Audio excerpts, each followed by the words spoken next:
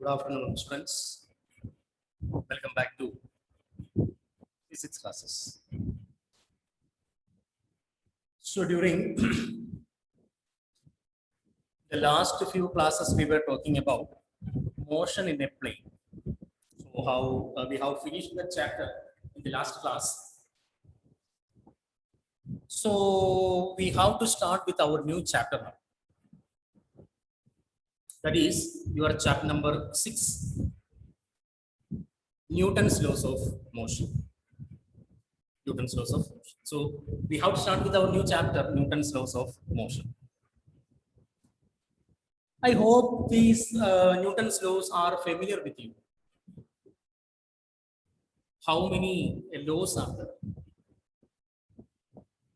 There are three statements. There are three statements that are considered as laws of motion. And these three statements are provided by the great scientist Isaac Newton. So these are termed as Newton's laws of motion. These are termed as Newton's laws of motion. So what is these laws, or what is the importance of these laws of motion in the realm of physics, especially in mechanics? So we have started our physics classes by defining state of rest or state of motion. How you can say an object is under motion? How you can say an object is at rest? In that sense, we have started with our classes, physics classes.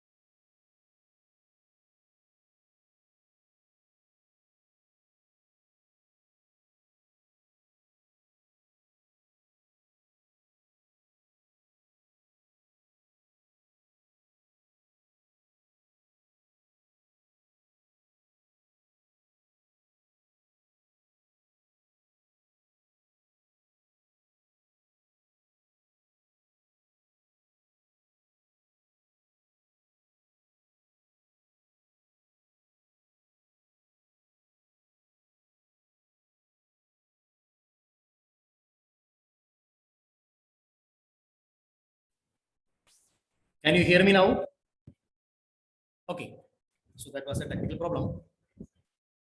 Anyhow, we will continue with our topics. So we have said that we have started with our classes with state of rest and state of motion. How you can define or how you can differentiate the state of rest from state of motion. So we have said that for changing something, we need to apply a force. We need the help of a force to change the state of a system. Whether a particle is under rest, if you want to make it move, what to do? Suppose a football is at rest on the ground. If you want to make it move, what you have to do? You have to kick it, which means you have to apply a force on that. Isn't it? Sometimes, suppose one of your friend took your pen from your pocket and he is running, and you have to take it back. What you have to do? You have to stop him, but he is running. So how you can stop him? You have to hold him and keep him at rest by applying a force. Which means if you want to make a system from rest to motion, or if you want to make a system from motion to rest, we require a force. So for the state change, we require a force. But we didn't define force yet. What is a force and how you can apply force, that we didn't define it. But we have seen that without any force, you can't make anything change. If a particle is at, mechanically I am saying, if your particle is at rest, if you want to make it its state of rest, you have to apply a force. If an object is in motion, and if you want to make the motion, if you want to make the movement in, if you want to make the movement in state of rest, if you want to make the, change the state of motion to state of rest, or a state of motion, state of rest to state of motion, you need to apply force. You need to apply force. So we have to define what is a force and what a force can do in systems. That is one side. In another way, if we are thinking about that, for changing the state of a system, you need to apply a force. Why do you apply a force to change the state of a system? Why a force is required to change the state of a system? Why do you require a force to change the state of a system? That's it. That leads to the property, one of the property of systems, which helps that system to continue in its own state. Property of a system which helps that to continue in its own state. Are you getting me? So if a particle is under rest, it has a property to continue in its own state. That means it is on state of rest. Suppose an object is moving, there is a property which tries to keep that object in motion itself. Which means every particle or every system has a tendency to continue in its own state. So two different aspects of movement we have seen. First one, we require a force to change the state of a system. We require a force to change the state of a system. Another one, why we require a force to change the state of the system. Why we require a force to change the state of the system. Then, when you are applying a force on a system, what changes you can, or what that force will, or how that system will respond to that force. If you are applying force into a system, how that system will respond back to the applied force. These are the points to discuss in this chapter. A force, why we require force, and how the system responds to the force back. These things we have to discuss in this chapter. So it's a very simple chapter, and the concepts are also very simple. And everything that we are discussing in this chapter, you can identify or relate in your daily life situations. You can relate in the daily life situations. So we can directly start with laws of motion. And through the description or through the explanation of these laws, we are trying to find out the three questions that we raised in the beginning. What is a force? Then, why you require a force? Then, how systems responds back to the force? So, first of all, we are trying to find out the answer for the second question. Why we require a force? Why we require a force to change the state of a system? I already told you, every system has its own tendency to continue in its own state. Every system has its own tendency to continue in its own state. That tendency is termed as inertia. That tendency is known as inertia. So you write the definition of inertia as, you start with the chapter 6, Newton's laws of motion. First heading is inertia.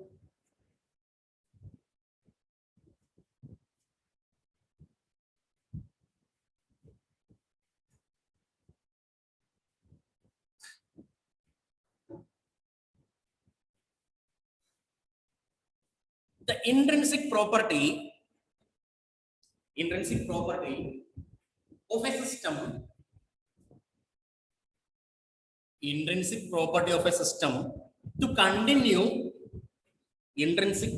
of a system to continue in its own state,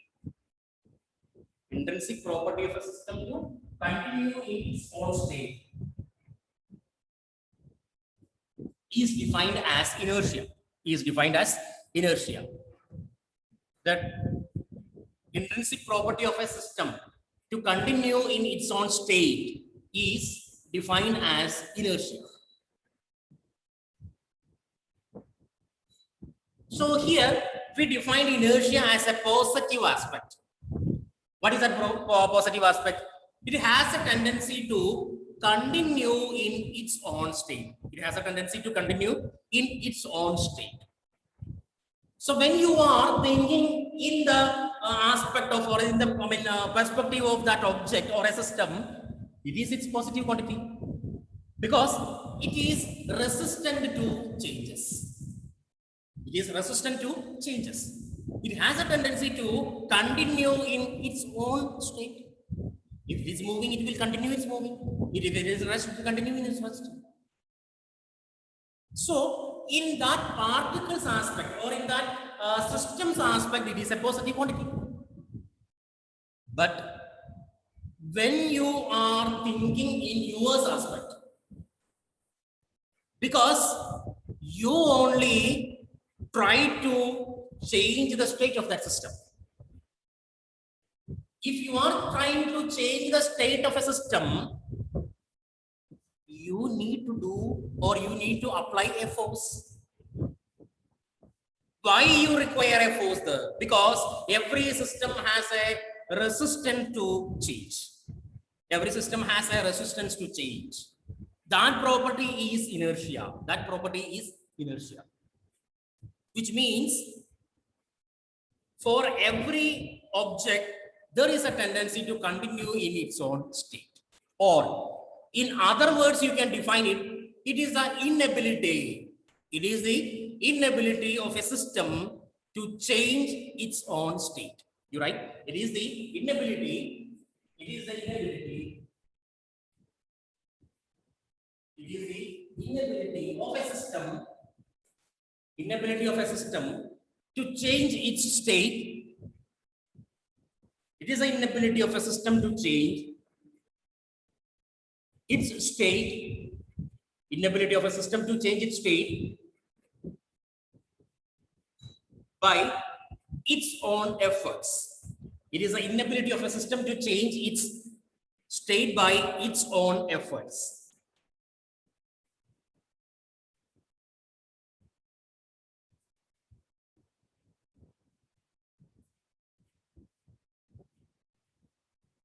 A system will not change, or a system cannot change its state by its own efforts. What it means? It's an inability. I mean, it's a inability of that. No system can change its state by its own efforts. When you are thinking from your side, it is the inability of that system. If a system can change its state by its own, then no force is required to change its system. Are you getting that? If a system can change its state by itself, so no force should be applied on that to change its state.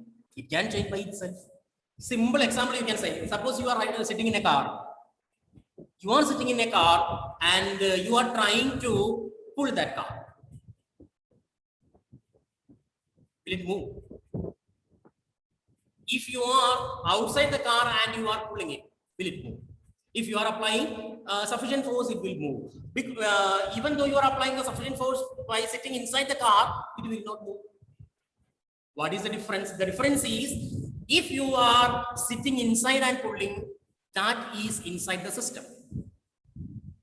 If you are standing outside and pulling the car, you are outside and you are applying a force from externally. So internal forces cannot make the state change.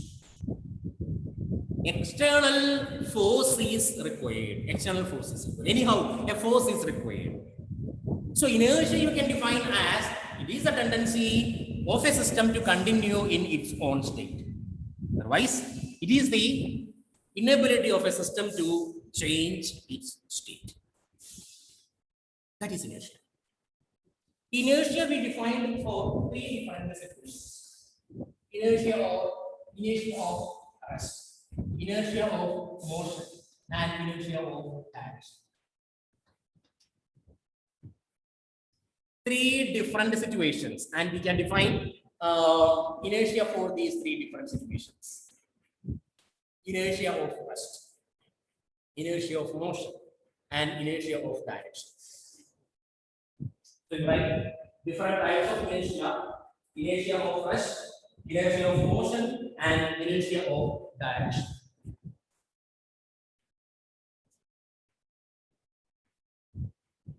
I hope all of you have traveled in a bus. All of us have experience in a bus. Suppose you entered into the bus, but the bus is at rest, and you find that there is no seat vacant in that, all are occupied. So you are standing inside the bus, and you are standing inside the bus, and since the bus is rest, you are not holding anywhere. You are just standing and holding your hands, and you are just standing in the bus. And you were thinking about the question asked by the physics sir in the projectile motion, why it is not coming down straight, even though it is the vertical velocity is 0. You are thinking about that. Meanwhile, the driver came into the bus that you didn't find, and he suddenly started the bus. what will happen? You are standing inside the bus and you are not holding any word. You are thinking something else. And suddenly the bus started. You will fell back. Isn't it? You experience that. So you will move back, or you will bend back, or you will fall back when the bus suddenly starts to move. Why? This is due to inertia of rest. This is due to inertia of rest. Initially, the platform of the bus is under rest, and you are standing on the bus. So since the platform of the bus is at rest, its velocity is 0. And you are standing on the bus, so your legs are also having the same velocity 0. And your upper part of the body is also having the velocity 0. Because now you are in the state of rest. Bus suddenly starts to move, suddenly moves. So what will happen? The platform acquires a velocity. The platform acquires a velocity. Being the lower part is touch with the bus platform, that part is also acquiring the same velocity of bus. So your lower part of the body will move front, and being the state of, the rest of, inertia of rest, your upper part of the body will not get that particular velocity of the platform. So your upper part of the body tries to remain in the state of rest due to inertia of rest, but suddenly your lower part will acquire the velocity of the platform, so you will fall back. Did you get that? Your upper part of the body still continues to be in rest due to inertia of rest. So that is a property of inertia of rest. Anything happens whenever an object is at rest, that object will try to be in the state of rest, or it cannot change its state of rest by its own efforts. Body, platform suddenly start moving, lower part in touch with the platform acquires the velocity, but when you move up to the upper part, that upper part is not touched with the platform, so it will not get that velocity. So it tries to be in the state of rest. So you will fall back. One of the example for inertia of rest. When you are coming for inertia of motion, second case, again the same, you are in the moving bus. You are in the moving bus. Bus platform is moving with the velocity v. Your lower part is also having the same velocity v, and your upper part is also having the same velocity. Because you are inside the bus and you are standing on the platform of the bus is moving. So you are also moving with the same velocity of that bus. Suddenly bus stops. What will happen? Platform velocity becomes 0. Standing, being on the platform, your upper part, lower part of the body is also suddenly attain the velocity 0. What about your upper part? Upper part is still carries that velocity. Lower part of the body suddenly comes to rest, and your upper part is still in the state of motion. What will happen? You will move towards front. So you will fall back, fall into front if you are in a moving bus and the bus suddenly stops. That is inertia of motion. Since your upper part of the body is in the state of motion and it tries to retain its state of motion, but the lower part of the body suddenly comes to 0 velocity, suddenly comes to the state of rest. You will fall in front. That is inertia of motion. Then inertia of direction. Inertia of direction. Okay, suppose both your friends are playing. One of you are a thief and the other is police. And the police tries to catch the thief. Have you ever played that? one is police, one among you is police, and the other one is thief, and the thief is running, and the police is chasing behind him to catch him. And while he is running, if he is running in zigzag direction or zigzag way, it is tough to catch that person. Have you ever experienced that? Otherwise, in our area, festivals are there in temples and the churches. At that time, elephants will be there. Decorated elephants will be there in the time of celebrations. And sometimes these elephants become violent, and it starts to, destroy everything. So at that time, to escape from this elephant's attack, people are running in zigzag. Why it is so? That is to get the advantage of inertia of direction.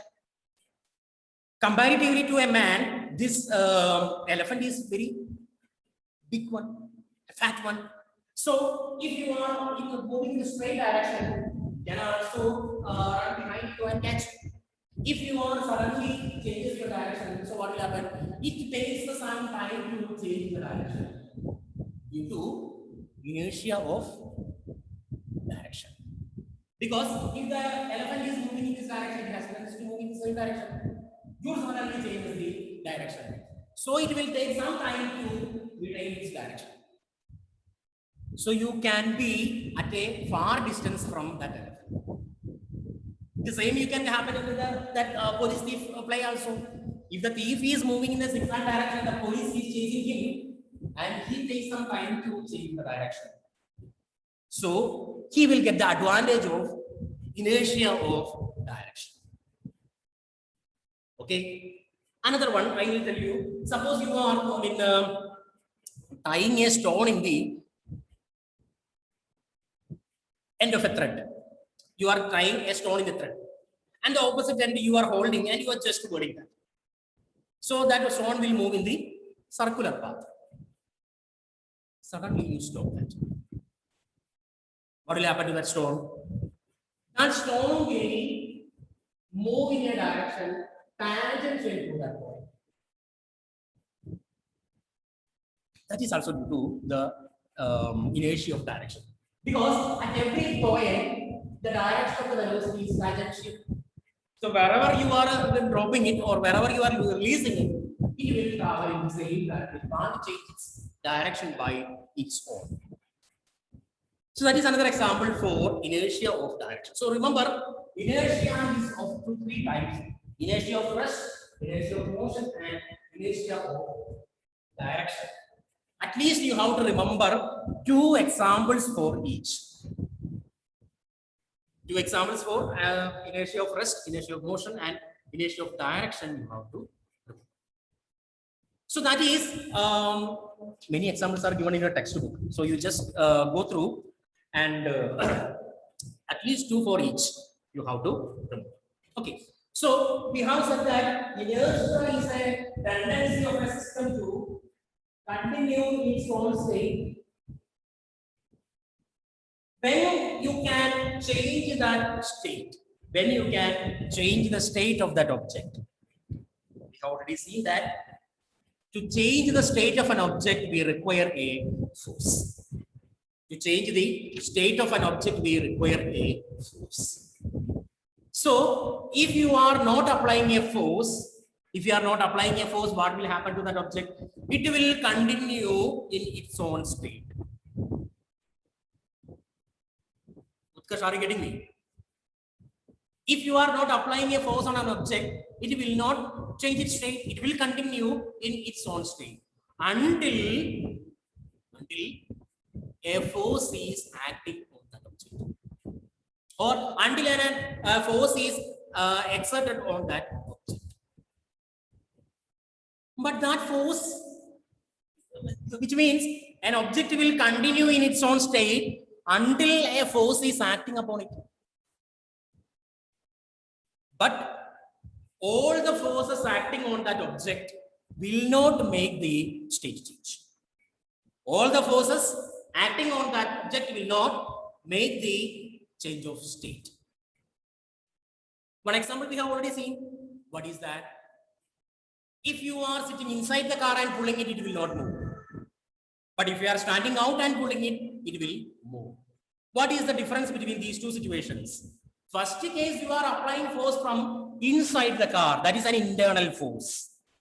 When you are considering car as a system, the force is acting from the system or within the system. So internal forces will not make the change there. If you are standing outside and pulling it, it will move because you are applying the force externally. So to change the state of a system, what kind of force is required? An external force is required. An external force is required. Without an external force, no state change is possible. Are you clear with that? Without any external force, you can't say that without any force. If you say without any force, movement is possible. That statement is wrong. Without any external force, no state change is possible. So to make the state change, what kind of force is required? That kind of we require a external force. We require an external force. But again, one issue with that external force. What is the issue with that external force? Suppose you are having a big box, a heavy box. One person is pulling it from this side. Another one is this P1 and another one is opposite. Both are, what is the state of this box? Now the state of the box is at rest initially. Now P1 is pulling it back with the force F. P2 is also exerting the same force F in the opposite direction. Both the forces are applied externally. Both the forces are applied externally. Both the forces are equal and acting in opposite directions. Will the box move? No. Why? Because two equal and opposite forces acting in opposite direction. Two equal and opposite forces. Two equal forces acting in opposite direction, or two equal and opposite forces. They maintain a system of balanced forces. So even though forces are external, but when they are balanced forces, no state change is possible. Are you getting me? Huh? So for the state change, two perfect crystal clear conditions are defined now. Which are they? You need a external force. You need an external force, and that external force should be unbalanced. That external force should be unbalanced. So who can make a state change? Who can make a state change?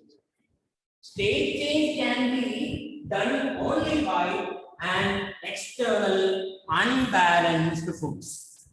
State change can be done by an external unbalanced force.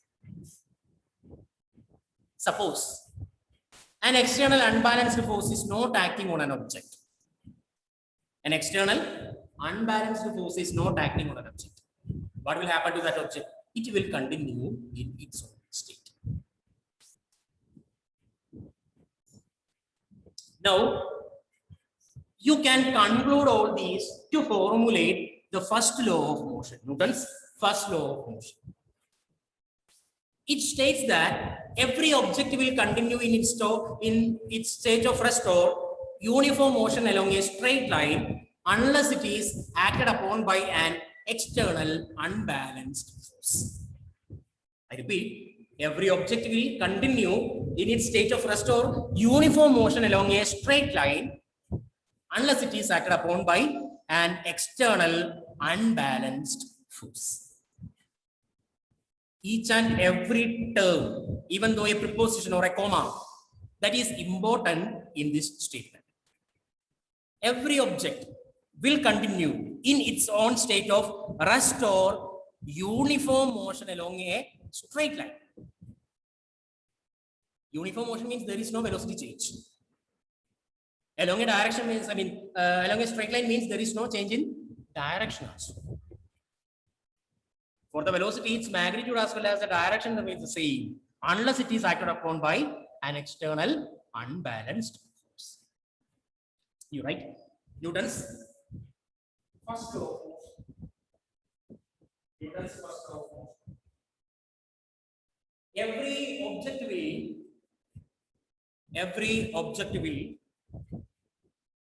continue. Every object will continue in its state of rest. In its state of rest.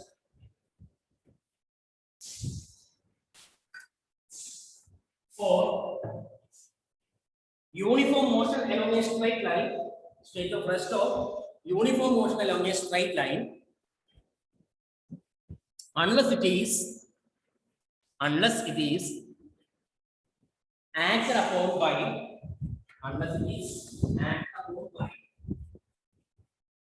an external, unless it is acted upon by an external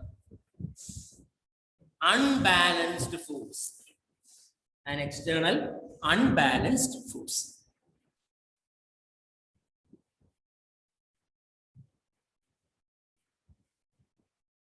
Are you clear with the statement?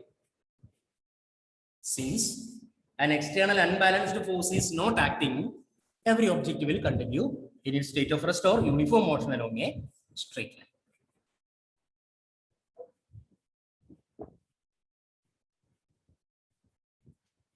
So with which physical quantity the statement is saying about? It is saying that unless it is acted upon by an external unbalanced force, every system will continue in state of rest or uniform motion along a straight line. What is that property? That is the property of inertia. That is a property of inertia. So the first law of Newton's first law of motion is also known as inertia. Law of inertia. Law of inertia is also known as law of inertia. Why it is called as law of inertia? Because the statement says about inertia. The statement says about inertia. So to overcome that inertia, we require an external unbalanced force. If it is not so, it will continue in its state of rest or uniform motion along a straight line. Okay. Okay. So that's all about the first law of motion. Remember, 3 types of inertia. What is inertia? 3 types of inertia. Examples and the statement for the first law of motion. And the first law of motion is also known as law of inertia. Okay. So that's all for today, and we will meet in the next class.